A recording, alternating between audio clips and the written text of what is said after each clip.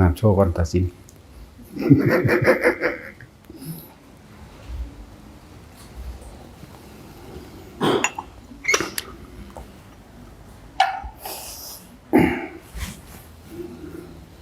โมไปทุดงแมงแนวใดบุญอ้วนก็เก่าอีกทุดงหาแมงบอกปานหมูเลยบ้านนี้หมูป่ามันไปหากินนั่นไปทุดงหยังบุหมูป่าไว้คือเรื่องสั่นละ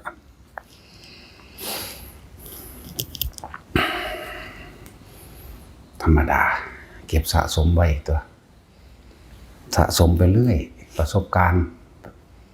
สถานที่ต่างๆที่เคยไปมันใหญ่ขึ้นเรื่อยไงเรื่องคอยจดจำตรงนั้นตรงนี้เอาไว้แต่เขาก็ยังจำได้บางอันบางนี้ไปแบบนั้นแบบนี้มันก็ไปสร้างสมประสบการณ์ของเจ้าของเอง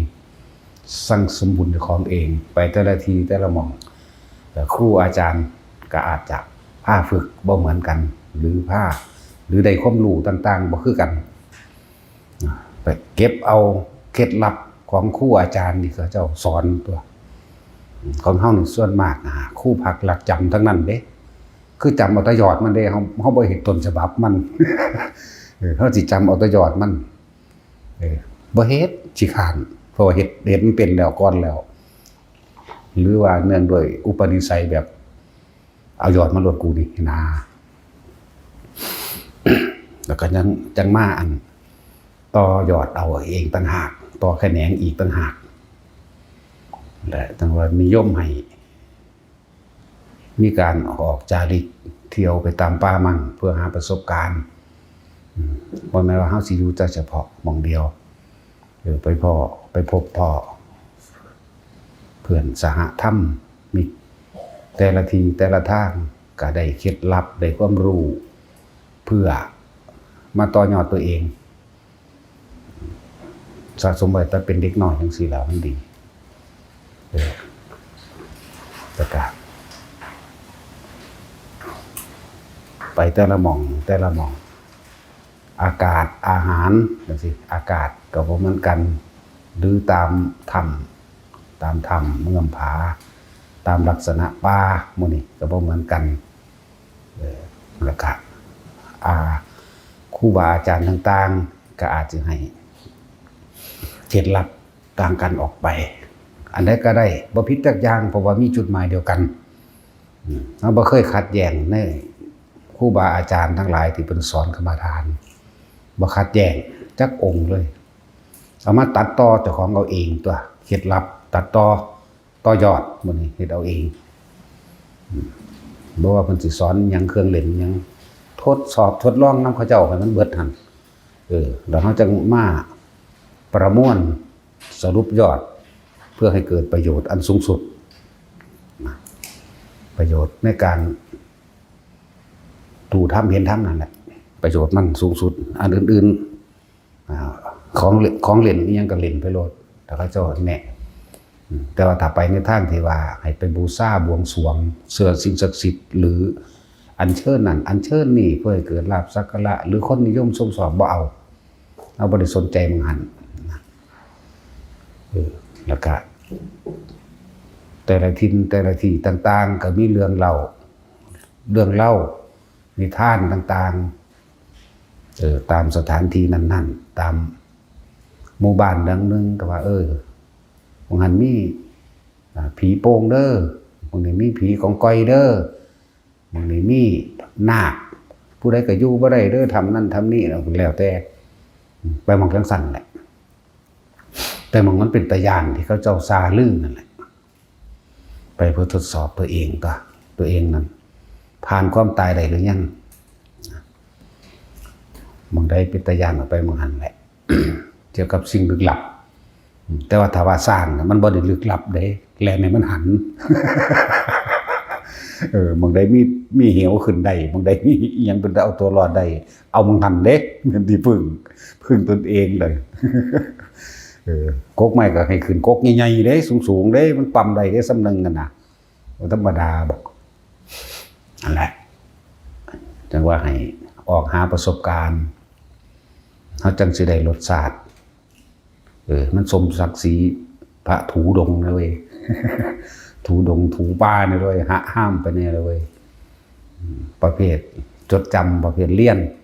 ทั้งสี่นะก็ในระดับหนึ่งก็บอกว่าถ้าบอกเอามาดูถูกคนอื่นเลี่ยนมาแล้วมาหาตำหนิจับผิดพวกนั้นพวกนี้อันนี้เฮาก็สามารถที่สิตักเตือนได้โดยพระวินัยเดี๋ยวก็โดยพระธรรมพร้อมเฮาเอาพระวินัยใหญ่ก่อนแล้วก็โดยพระธรรมคือความจริงของชีวิตความจริงของประสบการณ์แต่ละคนมันบ่เหมือนกันอุปนิสัยแต่ละคนมันสังสมมาบ่เหมือนกันสิมาค่อยตำหนิจับผิดนะคนผู้นั้นบ่รู้ถ้ารู้สิบ่ว่าให้ไผนั่นแหละจังว่าคือหลวงปู่ดูเพิ่นเว้าคนดีบ่ตีไผเด้อคนดีเขาไม่ตีใครหรอกแม่นนั่นของเพิ่นนั่นแหละคนบ่ดีเท่านั้นแหละจึงไปตีผู้อื่นเข้าใจว่าตัวเองเฮ็ดดีแล้วทำดีแล้วแต่ว่าไปตำหนิผู้อื่นว่าบ่ดีนั่นถ้าดีมันบ่มาเกิดหรอกเฮาว่าว่าหั่นโดดเด้มาจังว่าให้ออกหาประสบการณ์ไปมั่งมามั่งแต่ละทิศแต่ละฐานก็เฮ็ดแนวใดแต่ว่าสิ่งที่เฮาให้ยึดไว้สูงสุดพระวินัยในพื้นฐานบ้านนั้นธรรมเนียมประเพณีนั้นถ้าออกนอกลู่นอกทางหมายถึงออกนอกพระวินัยบ่ให้เฮ็ดนำหาวิธีเอาตัวเองออกพระวินัยนั่นแหละหนทางพระนิพพานอยู่เลยถ้าพระวินัยตั้งอยู่ในใจของผู้ฝึกหัดปฏิบัติตนเองพระนิพพานก็ตั้งอยู่ก็คงอยู่อย่างไรจังหวะเน้นผู้ใดบวชเข้ามาแล้วถ้าอ่านหนังสือบ่ออกครับพยายามถามกับผู้นั้นผู้นี้อ่านหนังสือออกอยู่ก็ศึกษาเอาเองมันยังบ่สงสัยจึงเอาพระวินัยนั่นแหละเป็นศาสดาเป็นหนทางของบุคคลที่เราควรเดินตามเป็นความรู้ของบุคคลผู้เราควรทำตามเรียกว่าศาสดา พระธรรมและวินัยแหละเป็นไงแต่ว่าจะเอาธรรมเลยมันว่าท่านได้ถึงดอกเขาท่านได้ถึงความจริงก็ต้องเอาวินัยแหละไปก่อนเป็นเครื่องรักษานักบวชก็ต้องรักษาพระวินัยไปทางใดก็บ่มีผิดพลาดแล้วกันแม้นคนชาวโลกมหาชนชาวโลกทั้งหลายสิว่าบ่ผิดว่านั้นก็แล้วแต่เขาเพราะว่าเขาบ่ได้มาล่ะศึกษาค้นคว้าค่อยคว้าหรือทำตนเหมือนเฮายังกินข้าว3รอบ4รอบ5รอบยังเบาพื้นยังสารพัดในการโลภโกรธหลงยังหนักหน่วงอยู่นะเฮาเลยบ่ได้สนใจตัวนั้นเขาบอกว่าเป็นเรื่องของเขาเฮาออกมาตีโตออกจากสถานที่นั้นๆพื้นที่นั้นๆประเภทนี้นั้นๆถ้ามันผิดออกมาโลดอย่าไปผิดน้ำเขาเฮานี่เอาพระพุทธเจ้าเป็นใหญ่พระศาสดาเป็นใหญ่คือพระวินัยนั่นแหละเพื่อเดินทางเข้าสู่ความจริงคือธรรมคือการละความเห็นแก่ตัวออกให้มันได้เบิดละตัวกูละของกูออกให้มันได้ละความเห็นออกให้มันได้ว่างความเห็นจากความผิดแต่ความถูกให้มันได้นั่นแหละบ่มีอีหยังทุกคนมีความตายเสมอกันแต่ว่าไผสิตายแล้วเกิดหรือไผสิเกิดแล้วตายหรือไผสิตายเลยบ่ต้องเกิดอีกนี่ตัวนี้สำคัญกว่านะพระนิพพานเท่านั้นแหละพระเจ้าบอกหยังเว้าหยังมาคนฟังได้เปรียบแต่ว่าคนอวดรู้เสียเปรียบเด้อไปงงๆเงกๆโลดแต่เขาเจ้าสอนหยังมารับฟัง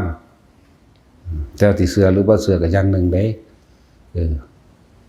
บ่ให้ตัดสินยืนยันว่าจริงหรือว่าไม่จริงฟังดีๆให้ละความเห็นของคนเฮามันมีจริงกับไม่จริงผิดถูกอารมณ์เกิดกับจริงเกิดกับผิดเกิดกับถูกฉะนั้นฟังไว้รู้ไว้ใช่ว่าใส่บาแบกหามมันบ่หนักดอกอันก็จะสอนแสดงมานั่นนะฟังไปสิเป็นคือเรื่องเล่นก็ช่างสิเป็นคือเรื่องจริงจังเขาคักๆก็ช่างฟังไปเดี๋ยวเฮาก็มาทดสอบทดลองเอาอันใดเป็นไปเพื่อความหลุดความพ้นก็เฮ็ดอันนั้นแหละอันอื่นๆบางอย่างมันเป็นของเล่นแต่ว่ามีประโยชน์ในการชักจูงชักชวนดึงคน ให้เขาหาถ้ำก็รับไว้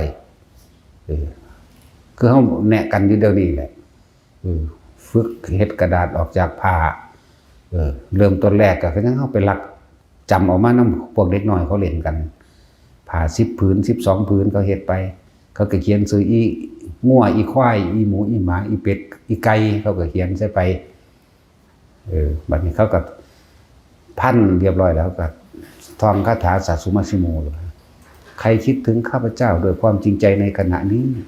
ขอให้รายชื่อบุคคลนั้นจงออกมาด้วยเถิดเขาก็มาแปลงเอาอะไรตัวที่แรกก็เห็นน้ำเขาอยู่เด้บ่แม่นเห็นในเขาในวงของเขาเลยแอบไม่เห็นผู้เดียวก็เห็นแบบเขานั่นแหละใครคิดถึงข้าพเจ้าด้วยความจริงใจก็เห็นก็แม่นอีหลีเด้นะทางบ่เฮ็ดดูอันนั้นสั่นเฮ็ดสุดรอบหมดบัดนี้ก็เบิ่งภพภูมิตัวในอดีตชาติข้าพเจ้าได้เกิดมาจากภพภูมิใดขอให้รายชื่อภพภูมินั้นจงออกมาด้วยเถิดเนี่ยกับแกะเบิ่งโอ้มันก็ออกอีหลีอันบ่ออกก็บ่ออกวันมันก็เข้าใจของมันในตัวเองอ๋อมันออกอันเดียวนั่นเด้ของเฮาบัดนี้ก็เฮ็ดเบิ่งอีกคนนี้ตายแล้วสุว่าเฮาเฮ็ดเบิ่งญาติๆของเฮาเองหรือหมู่พวกญาติๆเฮาเองคุณพ่อคุณแม่ก็ว่าไปเขาได้ละโลกนี้ไปแล้วบัดนี้ท่านได้ไปเกิดในภพภูมิใดขอให้รายชื่อภพภูมินั้นจงออกมาที่เธอก็ออกมาอย่างนี้น่าเฮ็ดไปเฮ็ดเบิ่งหมู่จังซี่เฮ็ดบัดนี้กรรมฐานองค์ใดที่ข้าพเจ้าได้เคยสั่งสมเป็นอุปนิสัยขอให้กรรมฐานคงนั้นจงออกมาเลยก็เขียนไว้แล้วนั่นแหละมันก็ออกมาเฮ็ดเล่นไปเรื่อยได้บัดนี้นั่นแหละปณิธานอันเอกอุที่ข้าพเจ้าได้เคยตั้งปรารถนาเอาไว้ข้าพเจ้าได้ตั้งปรารถนาในปณิธานอันใดไว้เขียนซื้อปณิธานที่เคยตั้งไว้นะสาวกกับภูมิทั่วไปหรือเป็นผู้เลิศทั้งนั้นทั้งนี้หรือปัจเจกหรือยังก็เขียนไปเป็นผู้สาวกเลิศด้วยปัญญาหรือเลิศด้วยฤทธิ์ก็ว่าไปหรือพุทธภูมิก็ว่าไปเฮ็ดเบิ่งแล้วก็ออกมาเฮ็ด3 เทื่อก็ออกมาอันเดียวนั่นแหละเฮ็ด4 เทื่อ5 เทื่อ6 เทื่อออกมาอันเดียวละเนี่ยก็เฮ็ดเล่นไปเอาว่าก็กำลังจิตมันตั้งมั่นแข็งแกร่งขึ้นเรียกว่ากำลังฌานมันมีมากขึ้นบัดนี้มันมีอันปากกาที่เฮาเอาไปเขียนนั่นนะพับใส่ผ้าปากกาเฮาเอาไปเขียนตัวภพภูมิเขียนใส่กระดาษผ้ามันกันปกไว้เนี่ยโดยความบังเอิญก็ว่าปากกาที่เฮาเขียนผ้านี่ปกไว้เฮาคันเอามือไปคมบัดทกมือออกปากกามันอยู่ข้างนอกผ้านำก็เลยได้ไอเดียความคิดใหม่ขึ้นมาอีกกูตั้งใจเฮ็ดมึงก็น่าเริ่มจากปากกาเริ่มตะปูเริ่มจากของใหญ่ขึ้นใหญ่กันเป็นรูกุญหมากไอ้กุญแจใหญ่ๆน่ะเป็นกุญแจเบิดพ่วงมันหมดนี่เฮ็ดใหญ่ขึ้นเป็นขวดน้ำเป็นประมาณไม้ไผ่2 ท่อนมีหั่นก็ผ้าห่มพับบึบๆเฮ็ดเฮ็ดเทียเดียวออกเบิดเลยบาดแต่แปลว่าก็แปลกประหลาดถึงกูเอาเองออกมันก็น่า นี่มันก็แตกกันแหนงต่อยอดของมันเราเองแล้วผ้าห่มมันแหละเฮ็ดพับตัวเองพับแล้วก็หมุนตัวไปก็บัดนี้นึกที่แรกก็บ่ออกจับเบิ่งว่ากูออกตอนใดหนอเนี่ยค้นหาตอนที่มันว่างคิดเป็นกลางคนไปคนมาระวังลมหายใจเข้ากับออกเฮ็ดจังใดกั้นหายใจเบิ่งก็ได้ออกเสือกออกเสยไปเนี่ยเฮ็ดไปเรื่อยเด้โอ้ยซ้ำบอกให้เบิดไหลยังก็เลยหามื้อนี้เนาะซ้ำยัดคำเข้าแดกเข้าปากเบิดไปอยู่นี่ก็ดีหรือได้จังฮู้ว่าหยุดความคิดเป็นใดสูดลมหายใจเข้าแล้วกันไว้เดี๋ยวเฮ็ดเบิ่งตัวนั่นแหละเฮ็ดไปเฮ็ดมาครับมันก็เริ่มสั่งสมกำลังตัวนี้มากขึ้นอยู่ในห้องล็อกห้องไว้ยืนพิงอยู่จังได๋จังว่าวามออกมาจากนอกห้องได้แปลกๆตอนมันวามออกมานั่นมันเป็นวามอีหยังละจับอาการบ่ถึกเลยออกมาแล้วแม่งบัดกูสิเข้าไปเอาของได้จังได๋หน้าต่างก็ล็อกประตูก็ล็อกแม่ บาดนี้มองรอดเขาก็บ่มีงัดทันตัวบาดนี่บัดนี้สิกุมเฮ็ดเขาบ่ได้ที่มันอยากนี่เฮ็ดมันอยากมาจากบ้านนี้มันอยากเข้าไปมันเข้าบ่ได้เมื่อมันอยากแล้วโตอยากตัวเดียวขวางเบิดทุกอย่างเลยนี่จับเคล็ดลับมันบัดนี้อยากไปหันอยากไปนี่ยังก็อยู่ในหันเบิดบัดนี้ไอ้บาดนี้ว่ากุมเฮ็ดอยู่หันก็เข้าไปบ่ได้โอ้ยพูดแล้วแสลงหมดแล้วบัด งัดหน้าต่างออกเปิงอยู่ทั้งศูนย์บัดนี้ แล้วตัวอยากตัวเดียวเด้อขวางทุกอย่างใดอย่างยังกระสังนั่นแล้วบ่ต้องอยากบ่ต้องห่วงอยากยังกระสังนั้นอยากไปนิพพานแต่คันมันค่าอยากมันก็ไปบ่ได้นั่นแหละมันต้องว่างขนาดนั้น หลายอย่างอยู่ดอกที่นำมาบอกสิ่งที่ตัวเองเห็นมาก่อนเด้เรียกว่าเบาประสบการณ์ในฟังซื่อเด้ให้ฟังตามเหตุออกตัวเองออกจากผ้าตัวเองออกจากผ้าห่มหรือผ้าจีวรแต่ของมีอยู่แล้วเห็นเอาตัวผ้าบางๆนึงเนาะเมื่อหังบ่ได้เกี่ยวกับบางกับหนาเด้เกี่ยวกับใจเกี่ยวกับอยากกับบ่อยากจักว่าล่ะนั่นแหละหรือไปเดินทางไปบางที่ก็คิดนึกไว้ที่จริงบ่ได้อยากไปเด้อยากไปเบิ่งธรรมดอกค่ำคิดนึกไว้ซื่อๆเด้แต่ว่าก็ลืมไปแล้วแต่ว่าก็อยู่สกลอยู่ผู้พานแต่ก็ก้มหน้าย่างกุมุกไปแต่ว่าก็ส่งชาติไปนั่นแหละส่งชาติไปพร้อมทองอันท่องอันฉัตรทันตปริตไปพร้อมเด้วัทิสเมนันตินะปรามสันโตกาสะวะมัตตาจิตจังอิสิรันทุเกนะปุตุทัสสุทธปฏิสัญญาราทจสัพพิอภลูโปสันเลนะวิโทพยติโตปิสันโตกาสาวะวัตถมิมนังนัททุสจิสเจอิมังนาคะวะเรนะสัจจังมามังวะเดภาระมิคะอาคันชุนติทองไปในใจนั่นแหละแต่ว่าความรู้สึกหัวมั่งหน้าอกมั่ง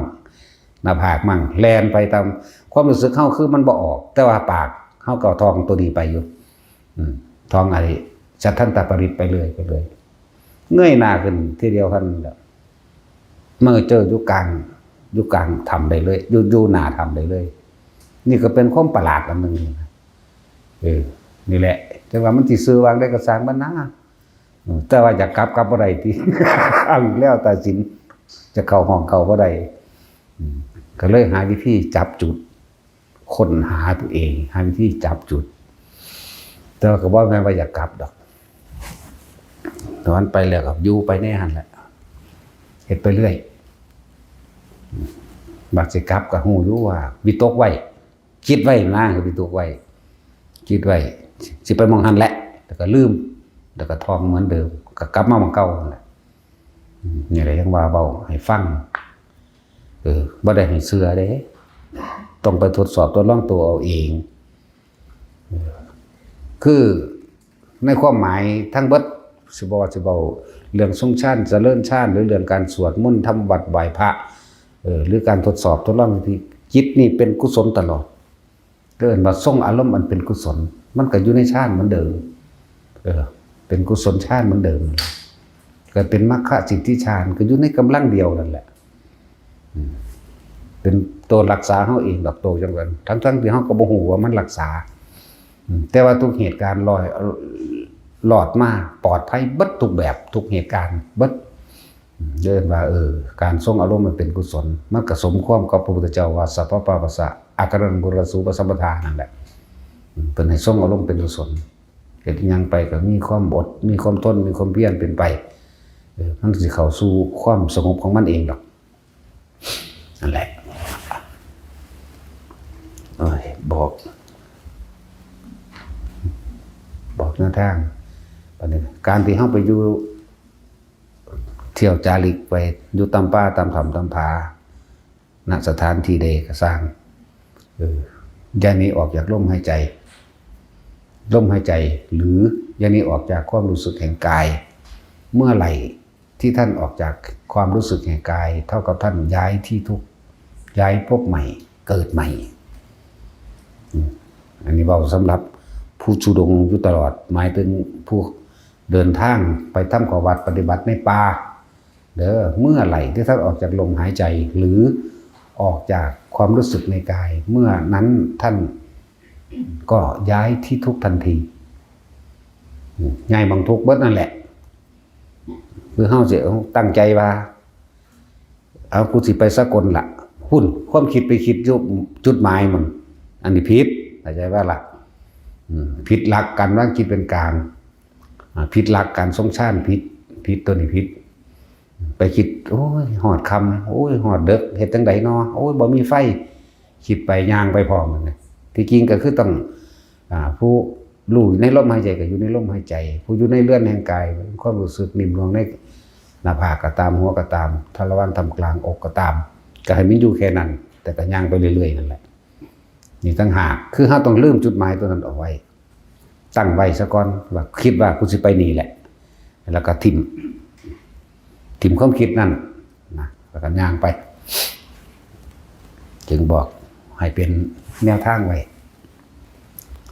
เมื่อไรที่ท่านออกจากลมหายใจหรือความรู้สึกในกาย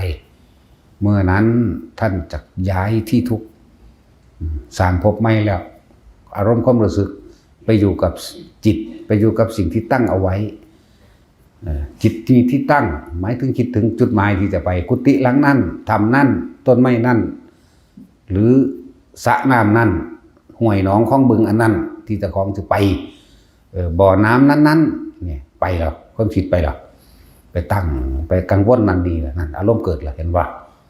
พอใจกับบ่พอใจเกิดแล้วพบเกิดแล้วนั่นแหละตั้งไว้ในกายดีที่สุดกายเวทนาจิตเวทนากายและแต่ละสถานที่ได้บัดนี้แต่มีเรื่องเล่าแปลกๆนั่นแหละถ้าเฮาอยู่ในการทรงอารมณ์มันเป็นกุศลหรือทรงฌานมื้อนี้โดยลมหายใจดูนะลมมั่งของแปลกๆเลยว่าเทพนิมิตบ่หรือเทวดาทดสอบบ่หรือของจริงมื้อนี้ก็บ่อาจสามารถสิทำลายเฮาได้เด้ไม่อาจสามารถทำลายหรือทำลายหยังเฮาได้หรอกเพราะว่าเฮาบ่ได้ส่งความคิดออกไปว่ามาลายหรือมาดีผีหรือคนผิดหรือถูกพอใจเลยบ่พอใจย่อมเกิดขึ้นบ่ได้จังว่าให้บ่แม่นไปเฮ็ดเอาจ่อตอนมันว่ามาเด้เฮ็ดไปแต่เดี๋ยวนี้แหละทำให้บ่อยทำให้มากทำให้ชินทำให้เป็นดุจดังยานคือรู้สึกโตนี่แหละย่านก็ได้ย่านก็แปลว่ารู้หยังก็รู้ลมหายใจนี่แหละหรือรู้สึกโตในอุณาโลมหรือกลางหัวนี่แหละเข้าใจบ่ล่ะญาณะนี่แปลว่ารู้นี่แหละแต่มันรับรู้ให้ความรู้สึกของเขาเองเนี่ยเพราะท่านแม่นย่านไปหูเห็นนั่นนี่ตาทิพย์หูทิพย์ยังหรอกเข้าใจบ่ล่ะ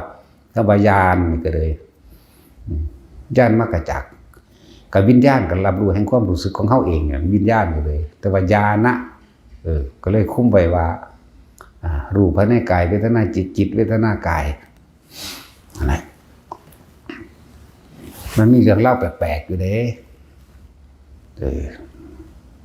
บางคนก็พออยู่นิดๆหน่อยๆอย่างสินะบางที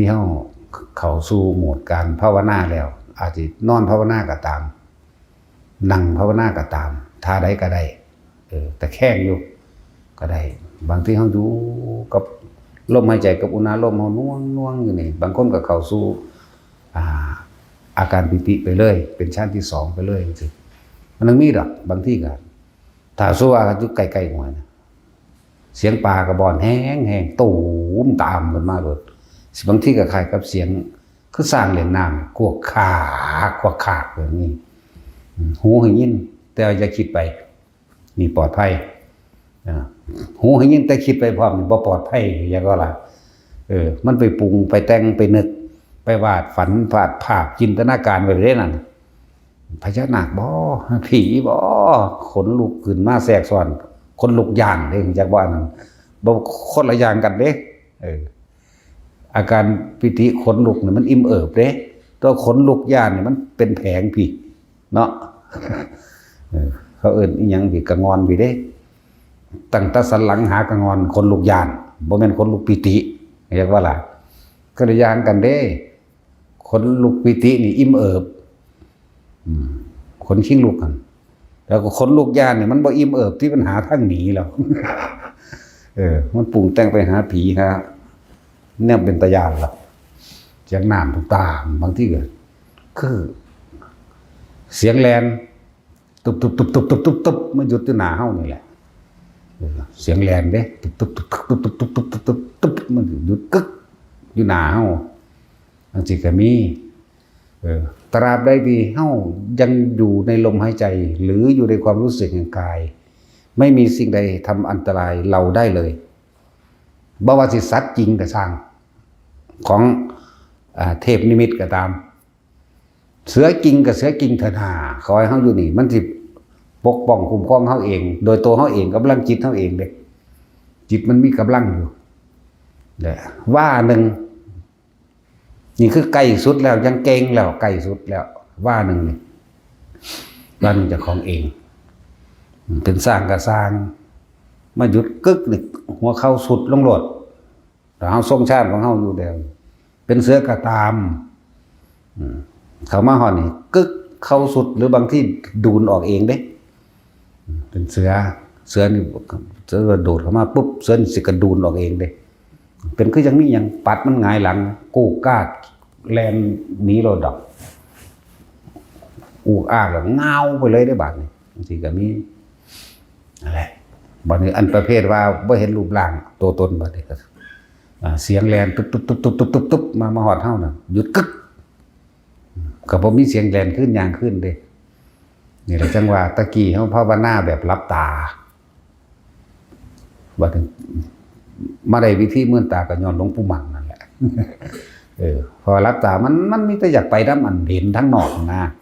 มันมีแต่อยากไปเที่ยวไปเล่นทั้งนอกก็หลับตามื่นตาเบิ่งเลยมันจึงพิสูจน์ได้นะแต่จังเริ่มฝึกแบบมื่นตา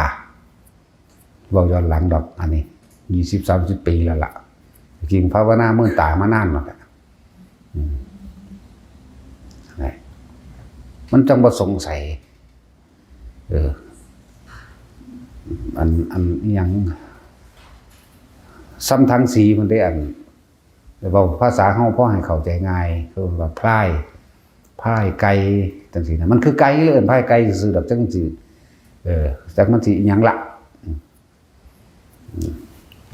บางมันกิ่งมาแต่เครื่องกกใหม่ที่แรกเป็นขาวๆคูรูอยู่คือกระตายนี่ครับอันเปลือกไม้ขูเคิบคาบลงมาสะก่อนได้สาสบลงมาสะก่อนชวากก็เลี้ยวเบิ่งกิ่งคุมมึงมาได้วันนี้บ่แม่นกระโดดกิ่งลงมาฮอดเงาไว้ดอกกิ่งมาหาเฮาเข้าใจบ่ล่ะแต่เฮานี่ก็เบิ่งแต่ว่าเขาใกล้บ่ได้ถ้าแนวบ่ดีนี่ห่างว่านึงอยู่แล้วบ่ฮอดก็เด่นปึ้งขึ้นไปคือลูกฟุตบอลปึ้งปุ๊กกลับมาใหม่อีกก็ปึ้งไปอีกเด้นะดูจนชินแล้วก็บ่ยากดอกอันแนวว่านี่บ่ได้อันตรายอีหยังแต่ตอนเฮาเล่นกับมันเฮาก็ทรงชาติเล่นนั่นแหละเอาตีนเตะไปเตะมาเคลียร์ไปเคลียร์มาเด้สำทางสีพุ่นเด้แต่ว่าฟุตบอลก็มันบ่แม่นน้อยโพดบักใหญ่ล่ะนิ่มๆเอาตีนบ่แม่นเตะแบบคีนไปนั่นนะถ้าว่าเตะนี่คนสิเข้าใจว่าเตะฟงเหมือนจะคำว่าฟงว่าแล้วพวกบ้านนอกฟงแปลว่ากระดินกระดอนไปแต่ฟงกุ้นโนแมนแบบนั้นเคลียร์นั่นฮะอยู่นี่ก็มีแล้วไปแล้วล่ะอยู่กุฏิหลังสุดท้ายอยู่ในโพดนั่นแหละพอย่างไปยังได้ก็เล่นน้ำอยู่เล่นไปเรื่อยก็คอยสอนเอาคอยแนะเอาถือว่ามันโมทนาบุญใดเป็นไปได้จังไปเกิดในที่สูงใดเปลี่ยนภพภูมิใดนะนี่ก็มีบ่เห็นแล้วล่ะกุฏิหลังสุดท้ายทั้งมีกล้องผู้ใดอยู่หันหลังนั้นแหละเคยเล่นเคลียร์เล่นอยู่หลายเทื่อเติบอยู่ดอกเล่นไปนั่นแหละนี่ก็แบบนั้นก็มีแต่เคล็ดลับที่สำคัญคืออย่าออกจากลมหายใจสำหรับผู้ไปอยู่ป่า หรือบ่อยู่ป่าก็สร้างเถอะอยู่ในบ้านอยู่ในเมืองก็สร้างเถอะมันอันตรายเสมอกัน หมายถึงเฮาอันตรายเนี่ยอันตรายทั้งจิตเฮาเด้ความไวในความสงสัยความไวในความไปตัดสินคนนั้นผิดคนนี้ถูกความไวในดีหรือเลวความไวในการคิดนั่นแหละนี่อันตรายทั้งนั้นถ้าว่าเรื่องจิตแล้วแต่คิดออกแล้วมีอารมณ์เกิดแม่นละอันตรายเบิดสร้างภพใหม่เบิดจังว่าบ่ให้ไปยืนยันตัดสินว่าผิดว่าถูกว่าดีว่าเลวให้ละความเห็นว่าจริงว่าเท็จนี่บ่ให้มีร่วมจอดมันคือบ่ให้คิดนั่นแหละจักว่าล่ะคือบ่ให้คิดเห็นหยังก็สร้างบ่ให้คิดพี่บาดเฮามาเว้าแสดงอยู่จังสี่จังเว้าน่าว่าเป็นหยังจังมาเทียบเป็นภาษาสมมุติเป็นการสื่อสารเพื่อให้เกิดความเข้าใจซื่อๆตอนนั้นบ่ให้คิดเด้ตอนนั้นเอาเถอะนามึงอยู่ผู้เดียวอยู่แล้วล่ะนะมันสิไป2ไป3ก็บ่ได้ไปปรากฏใกล้ๆกันดอกอยากว่าล่ะเอาแค่ว่าบ่ให้เดียวเห็นกันแต่การเงินแต่ว่าให้ห้องให้ยิ้มอยู่ ที่แรกมันยังย่านอยู่มันบ่ล่ะนะเห็นผียักษ์โตบ่ได้ต่อไปนี่ผีหยังผีสแตกอัน เบิ่งได้นั่นอีมาลีมึงมานี้กูสิด่าหัวมึงเอาช็อกโกแลตไปอันให้มันกินแม่นบ่มาลีกับต้นแม่นบ่นำไปโอเอากันฮอดพุ่นอีหน้าใหญ่ ถูดงแมวแนวใดบ่อ้วนขึ้นปานหมูปลาโลด ไปหาเล่น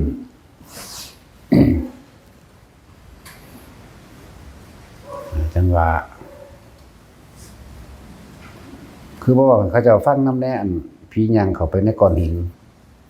แม่นติว่าผู้ไปพุ่นผู้งัวบ่ผู้ลังกาอยู่ผู้ลังกาผีหยังเขากำแพงหินนั่นบ่โอ้หายไปในเสานั่นแล้วมันก็เห็นได้อยู่ได้ล่ะจริงหรือบ่จริงก็สร้าง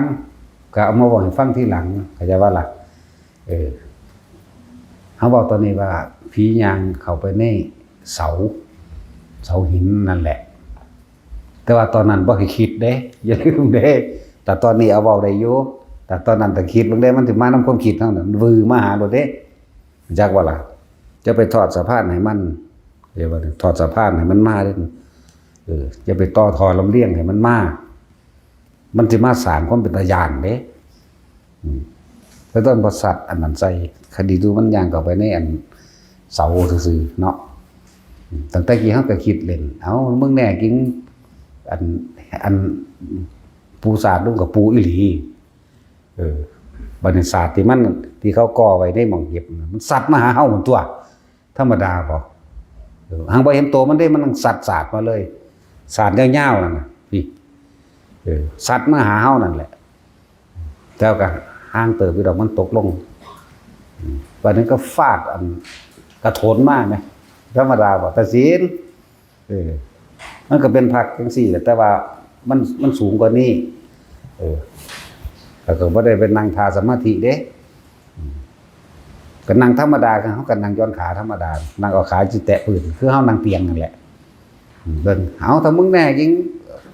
สัตว์ศาสตร์มากูรู้วือมาโหลดห่วยเอาอีหลีแต่อีห่านี่ตัวบัด เอาเฮ็ดอื่นอีกดูมันก็ปูศาสตร์ก็บินมาโลดแล้วศาสตร์นี่ปูมาแต่ทั้งนี่ซ้ำคนถือมานี่นะเวิบมาแล้วก็ปูลงเอากระโถนมาที่ก็มันบ่เอามาให้งามๆดินฝาดมาเลยเปงปางมาเลยกระโถนที่มันสิอยู่ในห้างที่เขาเจ้าเก็บมองล่างแต่ว่าห้างเราละวัดกันแต่พ่อบ่มีคนอยู่ อีห่านี่เป็นเจ้าอาวาสอีผีนี่เป็นเจ้าอารวาสกระโถนนี่วื้อมาเลยเด้มาหอดห่างจากบ้านนึงก็ลงตกไปบางบางทีมันก็เลื่อนมาน้ำพื้นเลยกราดเป่งโดนแล้วบ่ได้ไกลเฮาดอกอีห่านี่เอาจริงบ่ว่าปลากดโตมันก็น่าปลากดโตอีหลีเด้เปื่อยๆเด้อันนี้ เปื่อยแต่มันงามกว่าจะเอามันเป็นเมียอยู่อันนี้ชีลายบดอีหานก็เลยตบปากกันจักบาทจะสั่งสอนเราโดนเติบอยู่ได้ล่ะเสื้อสีดีได้ไม่ได้ย่านเด้เพราะมันลึงมันชินอย่างมันนี่แล้วมันจะมีเหตุการณ์แปลกๆนี่เพียงแค่ว่าเราให้ฟังตามที่เคยเห็นมาเคยเป็นมาเหตุการณ์แปลกๆเป็นกับคนเคยฝึกมาแล้วชินมาแล้วกับเหตุการณ์เหล่านี้มันบ่ได้ตื่นเต้นตกใจก็อย่าว่าล่ะมันบ่ได้คิดไปในทางที่ทำลายอีกอย่างใดมันสงสารมันมีความรู้สึกว่ามันมาติดอยู่ในนี่วัดกูสร้างเรียกว่าล่ะก็เลยมาสี่ไม้สี่มือใส่พระใส่เน้นไปทั่วทีทั่วแดนผู้ใดเขามากกับมาบังคับให้เขาเฮ็ดตามใจเจ้าของเองกับมึงสร้างอยู่แต่ว่ามึงเปรตตี้ยึดว่าเป็นของมึงให้ผู้อื่นเฮ็ดตามเจ้าของวัดสร้างแล้วก็เป็นสาธารณะตัวเห็นบ่ล่ะมันเป็นเจ้าของอย่างกับแนวโมนี่นะก็สิหามืออยู่ดอกสิลงได้นะก็สัตว์กันอยู่หั่นแหละแต่เฮาบ่เห็นหยังเฮาบ่ได้ดอกเพราะเฮาปิดหูปิดตาแล้วก็แล้วดอกแล้วก็เอาส่วนบุญส่วนกุศลแนะนำสั่งสอนโดยทำสี่ทางให้ยอมลงไป ไปได้แบบนี้เราให้ฟังเวลาเฮาสั่งสมกำลังจิตเฮาสั่งสมกำลังความกล้าหาญเด็ดเดียวแต่เว้าถ้าเว้าให้มันสุดเลยเฮาสั่งสมคือเฮาต้องข้ามความตายให้ได้เด้ถ้าเฮาข้ามความตายได้แล้วนะเฮาสิบ่มีหยังสะทกสะท้านบั่นไหวได้เลยเด้รอดตายจึงได้ทำมันคำว่ารอดตายจึงได้ทำบ่แม่นป่วยแล้วรอดตายมาเด้เข้าใจบ่บ่แม่นคนป่วยหายจากอาการป่วยปานตายมาแล้วจังว่าเจ้าของได้ทำบ่ได้แปลว่าจังซั่นเด้จังอยู่เหนือธรรมทั้งปวงใดเฮานี่ยอมรับความตายแบบหายสงสัยบ่ได้หวั่นไหวครั่นครามบ่ได้ย่านตายเลยนะคือมันรอดตายจึงได้ทำหรือผ่านความตายมาแล้วจึงได้จุดนี้ได้หมายถึงมันบ่มีความย่านสะทกสะท้านหวั่นไหวอีกแล้วนะจิตมันตั้งมั่นคักแล้วล่ะมันบ่หวั่นไหวแล้วตั้งมั่นรู้เห็นแล้วก็ความรู้เห็นในอนิจจังอนัตตาเห็นสิ่งทั้งหลายทั้งปวงมันก็แค่นั้นแหละมันก็แค่ของเกิดของดับบ่มีหยังวิเศษวิโสผู้ใดยึดสิ่งใดสิ่งหนึ่งผู้นั้นเป็นทุกข์เข้าใจว่าล่ะนี่เด้มันผ่านตัวนี้เด้เรียกว่าผ่านความตาย รอดตายจึงได้ทำหรือพ้นตายจึงได้ทำมื้อนี้นะความหมายที่เขาเจ้าเว้าไว้นะผู้ใดตัดตายได้กันผู้นั้นได้ทำจังซี่นะฉะนั้นเฮาจึงฝึกสั่งสมสิ่งที่เป็นกุศลสั่งสมกำลังจิตกำลังฌานเพื่อสิให้มันรู้เท่าทันความคิดเจ้าของเอิ้นว่าญาณรู้ทันความคิดที่มันกำลังคิดจะได้อยากเป็นนี่แล้วมันก็อยู่เหนือความตายเขาว่าอยู่เหนือคือสร้างมันแรงมาก10กว่าโต11 12โตคือเขายินดีแล้วยอมรับเข้าใจว่าตายก็คือตายครับนั่งเบิ่งธรรมดานี่ความคิดออกบ่มีในการสิต่อต้านถ้าเว้าตอนนี้ว่าเว้าตอนนี้พ่อคนเข้าใจว่าตายตอนนี้หังดีกูจังบ่เฒ่าหังดีคือมันยอมรับมันเลยบ่มีความหวาดหวั่นคันคามในการตายหังดีแต่นั่งเบิ่งว่ามันเฮ็ดหยังก็ปล่อยมันนั่นแหละแต่ตอนนั้นบ่มีความคิดเข้าใจบ่มันมาบอกตอนนี้เพื่อเปรียบเทียบพวกเจ้าเข้าใจในการวางจิตวางความคิดซื่อๆได้นี่ที่เว้าให้ฟังจริงๆก็ฝึกหัดมานานคักแล้วล่ะเป็นหรือตายมีความหมายเสมอกันเข้าใจบ่มีอันใดดีเด่นบ่มีอันใดเลิศกว่ากันจักอย่างกันนั่งธรรมดานั่งเอาขาทางขวานี่ ขึ้นข้างขาซ้ายเง่าๆเข้าใจบ่นั่นแหละแล้วก็มือก็ติงแงกไปธรรมดาท่านก็แป้นมาแล้วห้องแน่นมาแล้วบัดนี้บิ่มมาแล้วก็นั่งเบิ่งคิดว่าเบิ่งมันสิขาบ่นะแต่ตอนนั้นบ่ได้คิดจักว่ามันว่างมันถิ่มตั้งนานแล้วมาฮอดก็บ่เห็นว่ามีสร้างมาทางข้างหลังสร้างใหญ่กว่านั้นอีกบักใหญ่ตัวนี้แต่ว่ามันเลี้ยวเห็นได้จังได๋มันแปลกแต่ว่ามันตาหลังเงาบ่มีดอกมันนั่งเห็นมันก็กวมไว้ยืนบ่ได้น้อยเด้เขาก็บ่ได้ต่ำได้ท้องมันบ่ได้จุหัวเพิ่นเด้รู้จักบ่นี่ท้องมันบ่ได้จุหัวเฮาเด้มันยืนกวมไว้เห็นว่ามันเอาอันหัวนี่ดุดไปตัวนั้นก็หงายหลังตุบตับลงบักแห้งได้กลึกกึกกักขี้แตกพร้อมลูกมึงตึงขึ้นหูสั้นท้องร่องซ้ายหัวฟึดหนีไปทางใหม่มันก็ส่วนหมู่มันหนีอย่างเงี้ยเฮาก็นั่งเฉยๆบ่คิดบ่นึกนั่นแหละตัวนี้มันไปสุดตาแล้วผู้ดีก็จังยางหนีต่างหากหมายถึงผู้กวมเฮาไว้นี่อะไรจังว่าสร้างกำลังจิตที่เป็นกุศลสร้างสิ่งที่เป็นกุศลก็คือทรงชาติเป็นเรื่องชาติที่แนะนำให้ทุกคนน่ะเล่นไปโลดคือจังเขาบอกของเล่นนี่แหละเฮ็ดกระดาษออกจากผ้าเฮ็ดก้อนหินออกจากผ้าเฮ็ดขวดน้ำขวดเฮ็ดแก้วเฮ็ดอย่างใหญ่ขึ้นจนถึงขั้นพันตัวเองออกได้จนถึงว่าทะลุตัวเองออกจากห้องมาได้แต่จังคอยเบิ่งว่ากำลังจิตสูงปล่อยได้ขนาดทะลุเสาไม้ได้ทะลุกำแพงได้กลับไปกลับมาได้เป็นของเด่นสบายๆเวลาตั้งแต่ก็สร้างสิ่งเหล่านี้เนี่ยถ้าว่าว่างคิดเป็นกลางเป็นไปบ่ได้เข้าใจว่าล่ะคำว่าว่างคิดเป็นกลางคือต้องบ่คิดหยังคือต้องบ่อยากเป็นแบบนั้นเข้าใจว่าล่ะ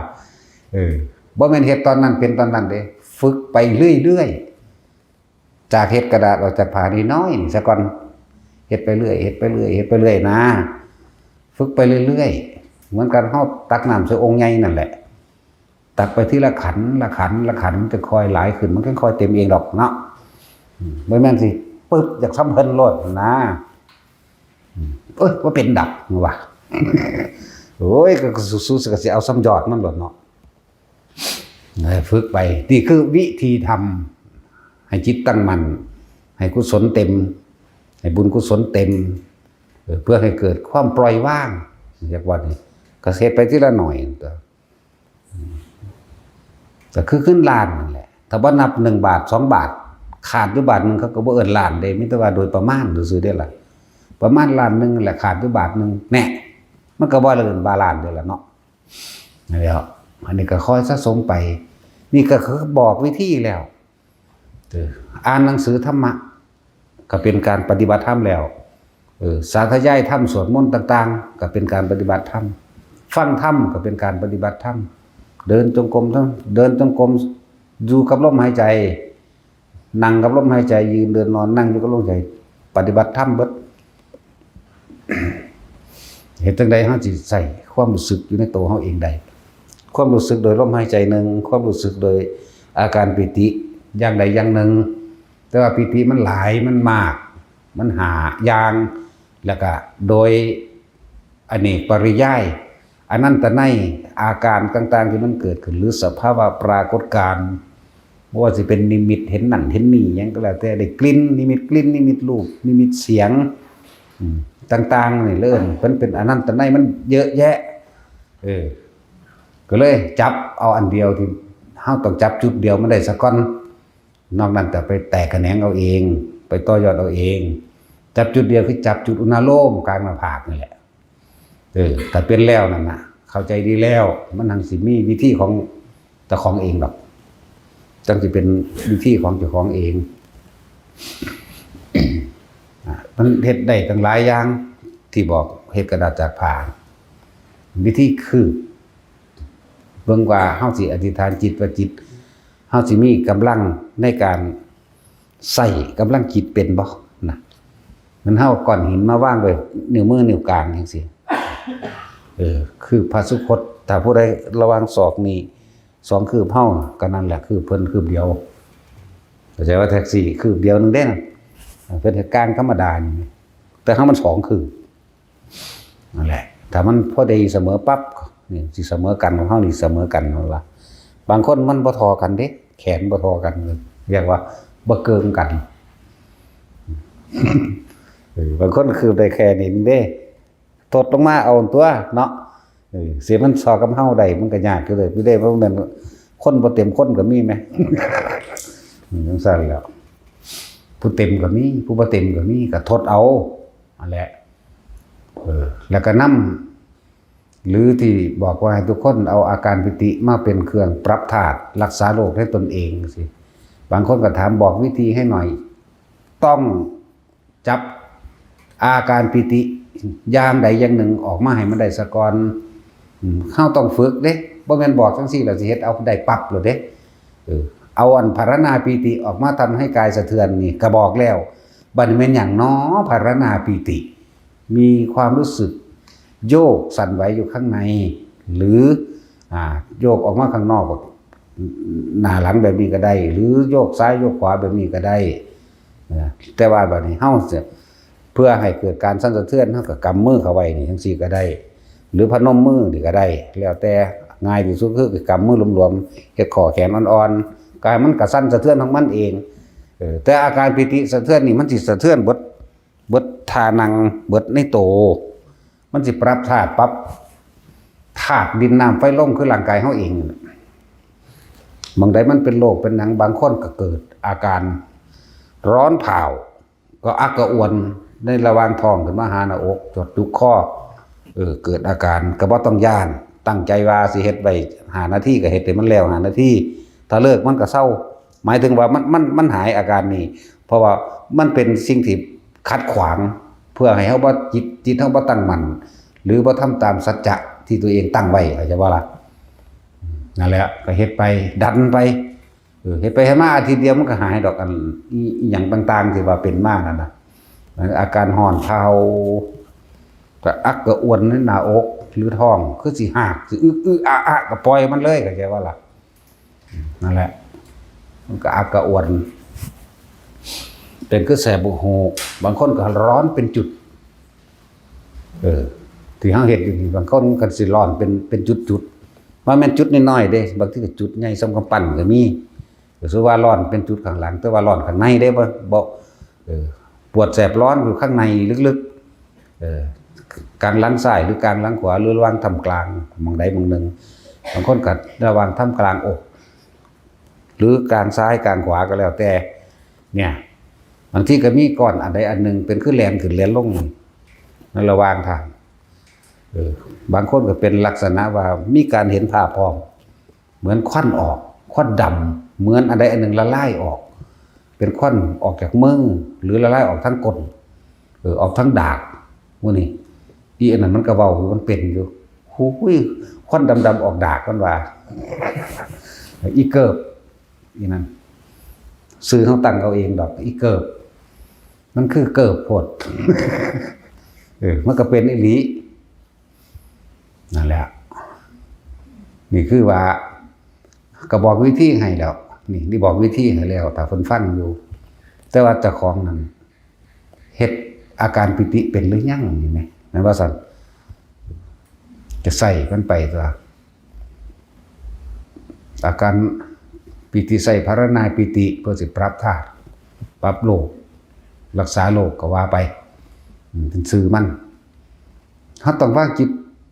เป็นกลางอะไรจริงๆเลยมันจะเป็นไปได้อาการต่างๆกันบ่ล่ะคือเขาต้องบ่คิดถึงคำว่ากลางเป็นอุเบกขาเวทนาหรือเขาต้องบ่คิดถึงจุดหมายที่อยากเป็นเขาต้องบ่คิดถึงยอดของมันเขาต้องบ่คิดอย่างเลยแต่ว่าให้โอ้ยมาฝึกเอาก่อนอธิบายไปเพราะฉะนั้นตะนังคอมอคือเมในนี่ก็ว่ามันจักทีบจักแดนหยังปานใดหรอกเนาะภาษาหยังฟังมั่งบ่ฟังมั่งดีบ่ดีมาหากะหูยินนึงก็มีเฮ็ดจังได๋สิได้บุญอาจารย์มันจังสิโอ้ยกูสูดคือหยังบ่มาถามเอาหยังเฮ็ดจังได๋สิได้บุญ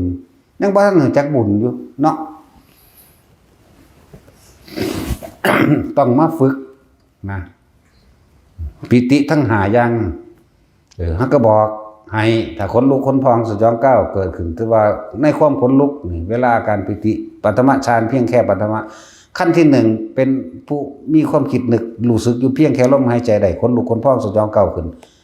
ขนขิ้งลุกขึ้นนั่นล่ะว่าปฐมฌานแล้วต่อมาคณิกะสมาธินี่มันเกิดอาการจุกอกปลื้มปิติขึ้นมานี่มันก็เป็นปฐมฌานเหมือนกันแต่ว่านี่คืออาการของปิติแต่ละอย่างในหาอย่างปิติที่สามคือภารณาปิติโยกดูดังว่านั่งอยู่ในอ่างน้ำที่มีคลื่นโยกนิ่มๆแต่ว่าในปิติทั้งหาอย่างที่บอกมามีความอิ่มเอิบในใจก็แล้วกันมีความรู้สึกว่าเป็นคนอิ่มอกอิ่มใจอย่างบ่ล่ะบ่แม่นหวาดกลัวนะปิติที่สี่มีอาการมีปรากฏเห็นแสงสว่างที่เกิดขึ้นดูดังคล้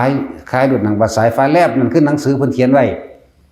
มันบ่เป็นหนังสั้นก็มีเด้บาดนี่มันแพบอยู่หน้าผากเฮาคาคืบนี่ก็มีเป็นคือจังเฮาเปิดไฟฉายนั่นน่ะแป๊บอยู่นี่ก็มีวาบขึ้นบักใหญ่ก็มีน้อยๆก็มีสารพัดหลากหลายสีพร้อมเป็นพุบพับขึ้นเลยก็มีนี่บ่แม่นแค่นั้นเด้นี่แหละจึงบอกว่ามันต้องเห็นเอาเองโหซะก่อนมันบ่แม่นแค่ที่เพิ่นให้นัยยะไว้แค่นัยยะเดียวอุพงคาปีติทำให้ดุจดังว่ากายลอยขึ้นจังซี่เฮ็ดจังได๋เฮาสิเอาปีติต่างๆนี่ออกมาใช้ประโยชน์เข้าใจว่าล่ะนำสิ่งเหล่านี้มาใช้ประโยชน์นั่นแล้วมันต้องมาฝึกให้มันเป็นซะก่อนโดยเบื้องต้นซะก่อนเฮ็ดให้กายลอยขึ้นเฮ็ดแบบใดเนี่ยแต่ครูจักพวกใดส่งอุณาโลมเป็นแล้วนี่อยู่หัวก็เป็นอยู่หน้าผากก็เป็นแล้วเวลาปีติตัวนั้นเกิดขึ้นได้นี่ลอยขึ้นได้จริงๆว่างจิตแบบใดเป็นกลางแบบใดใส่ความรู้สึกในการเคลื่อนที่แบบใดพี่เด้บ่แม่นสิมาลัดเอายอดมันโดยที่ตัวเองบ่ได้พื้นฐานเห็นบ่ล่ะทุกอย่างต้องเริ่มจาก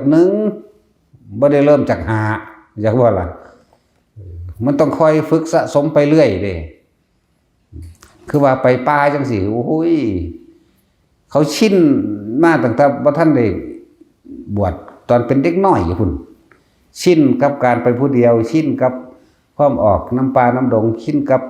บางที่ลอยข้ามน้ำข้ามห้วยผู้เดียวมืดๆเป็นตาย่านน้ำไหลก็มีสิเฮาก็กล้าเฮ็ดพานพามานี่มันก็สะสมความกล้าต่างๆมาได้แล้วนะหลายแบบหลายอย่างบ่แม่นว่าสิมากระซากเฮ็ดเอาเหรอสิได้มันไงแต่ก็บ่แม่นยากพวกกันที่ไปป่าอีกอย่างที่ว่านั่นน่ะเพราะว่าเจ้าสิอยู่ในถ้ำก็คอยรักษาลมหายใจนี่กับอาการปิติไว้ได้อยู่ในถ้ำก็จางเดินตามถนนหนทางหรือเดินตามผู้ตามป่าตามปีนตามเคลื่อนไหวก็สร้างได้ทั้งนั้นคนนี้เป็นแล้วได้ทั้งนั้นเด้อบิณฑบาตจังซี่ก็บ่มันไปบินอยู่กับว่ามื้อนี้สิได้หยังบ่ได้ไปบินอยู่กับว่าฮ้อนหันสิเลี้ยวซ้ายสิเลี้ยวขวาผู้นั้นสิใส่บ่นออยากว่าล่ะบ่ได้ไปกำหนดกฎเกณฑ์หยังกำหนดสติอยู่กับลมหายใจอยู่กับอุณาโลมเจ้าของพี่อยู่พี่มันได้ไปเองโดยสัญชาตญาณหรือสัญญามันเองดอกเข้าใจว่าล่ะมันจะไปโดยสัญญาความจำของมันเองดอกหมายถึงทางที่เฮาย่างไปนั่นน่ะนี่คือวิธีสร้างฌานอารมณ์เป็นกุศลท่องกุศลหรือการทำจิตเป็นกลางเอาอย่างมากกลางเพื่อเกิดสมาธิจิตตั้งมั่นตั้งอยู่ไสก็ตั้งอยู่หน้าผากนี่ตั้งอยู่หัวนี่ตั้งอยู่ในกายนี่แหละแล้วก็บ่หวั่นไหวกับรูปรสกลิ่นเสียงที่มากระทบแล้วก็เดิน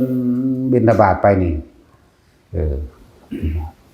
ปลาดุกเฮาก็ฮู้จักได้ว่ามันกินปิ้งปลาดุกแม่นบ่ล่ะทอดไข่เฮาก็รู้เด้ปิ้งไก่เฮาก็รู้ได้ว่าปิ้งไก่ปิ้งไข่เน่าเฮาก็ฮู้เด้เห็นบ่ซั่นลืมบ่รู้แท็กซี่ที่คือนึกว่าบ่มีสมองมันฮู้อยู่เด้ล่ะบางทีเฮาย่างเดินข้ามท่อน้ำใหญ่ไปเหม็นอึบก็รู้เด้ล่ะ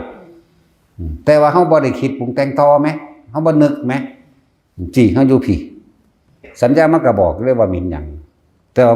มันบ่ต่อด้วยความคิดเข้าใจว่า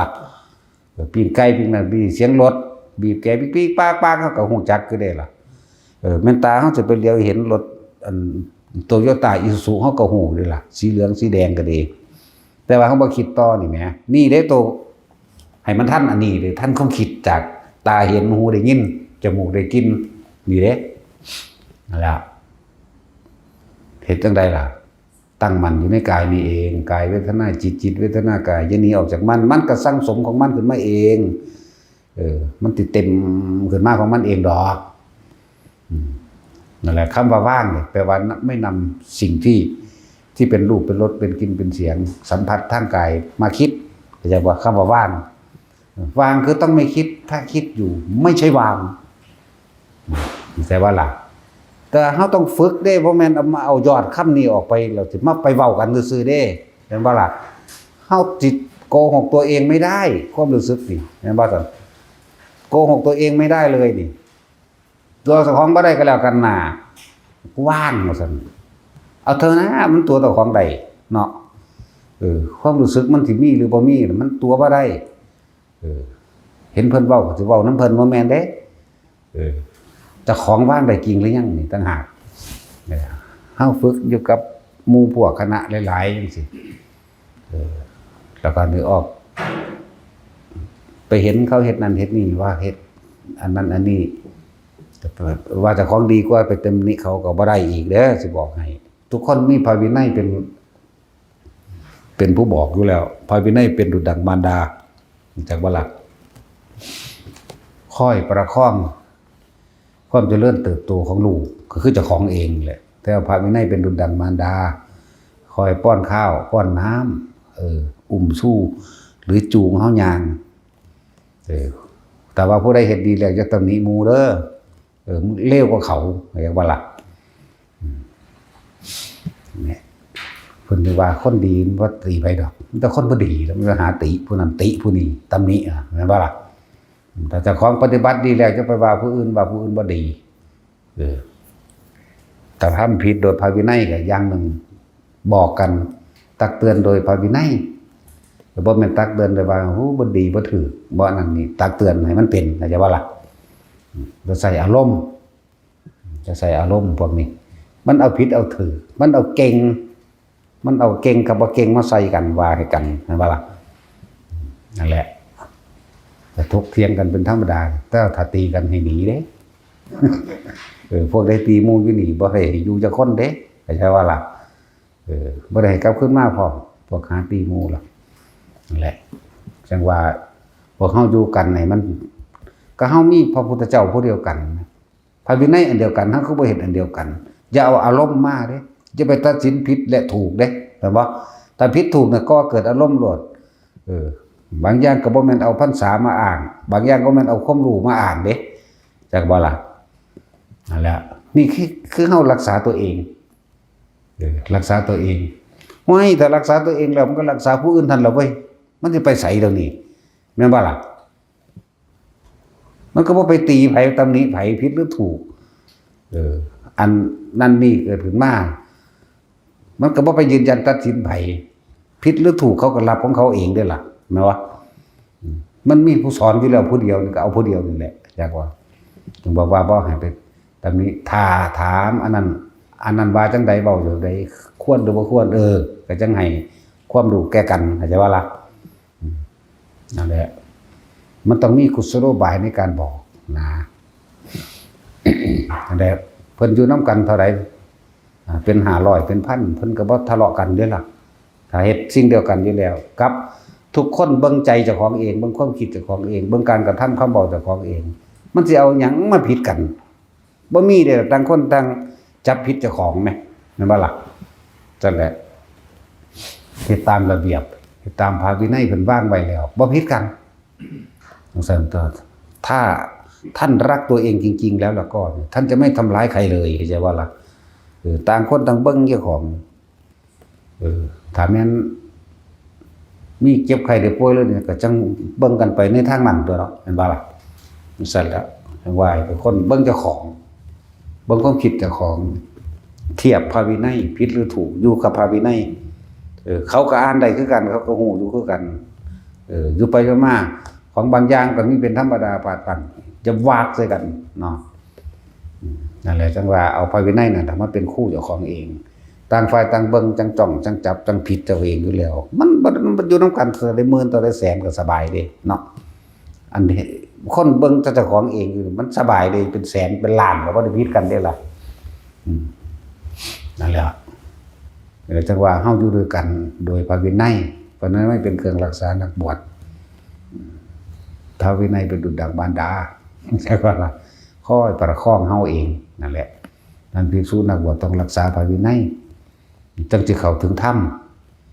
เอามันเบิ่งเจ้าของมันก็เข้าถึงทันตัวแม่ว่าล่ะมันศูนย์ใส่เขาเพราะว่าหยังเอามึงไปตำหนิเขาเฮ็ดหยังแน่มันก็บอกเจ้าของแล้วแหม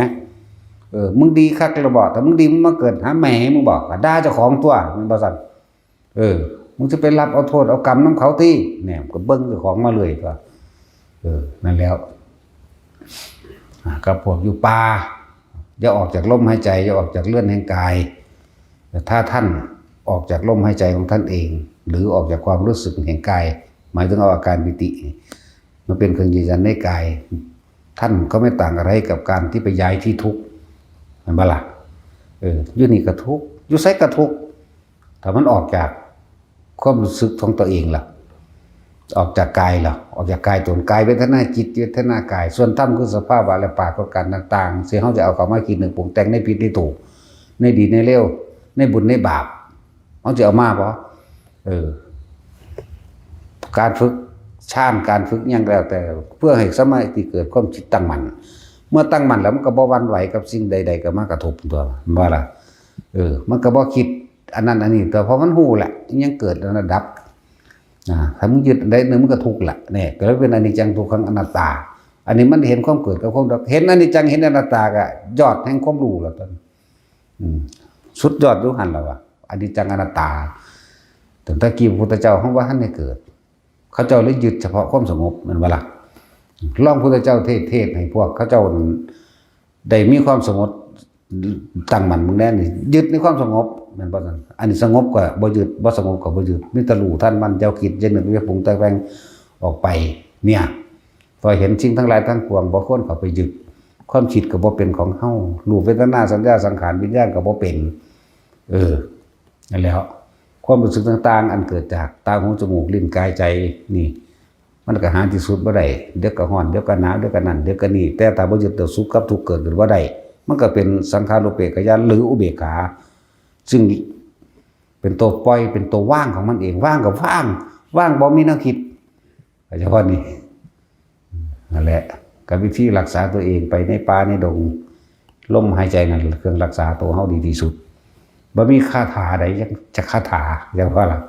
บ่มีคาถาบ่มีอาคมบ่มีสิ่งศักดิ์สิทธิ์บ่มีสิ่งใดปกป้องเฮาได้เด้นอกจากตัวเฮาเองลมหายใจเฮานั่นแหละกำลังฌานกำลังญาณหนึ่งภาษาลีบุตรเพิ่นก็อยู่กับฉับฌานกับญาณของเพิ่นเองมันว่าซั่นขนาดยักดีหัวเพิ่นก็ยังรู้สึกว่านิดหน่อยมันอีหยังเนาะคือเป็นจิตๆอยู่นี่ขนาดนั้นแล้วหลายอย่างอยู่ดอกว่าวิธีรักษาตัวเองก็ลมหายใจตัวเองเข้าใจว่าล่ะเอาสวัสดีโอ้คือว่านอนบ่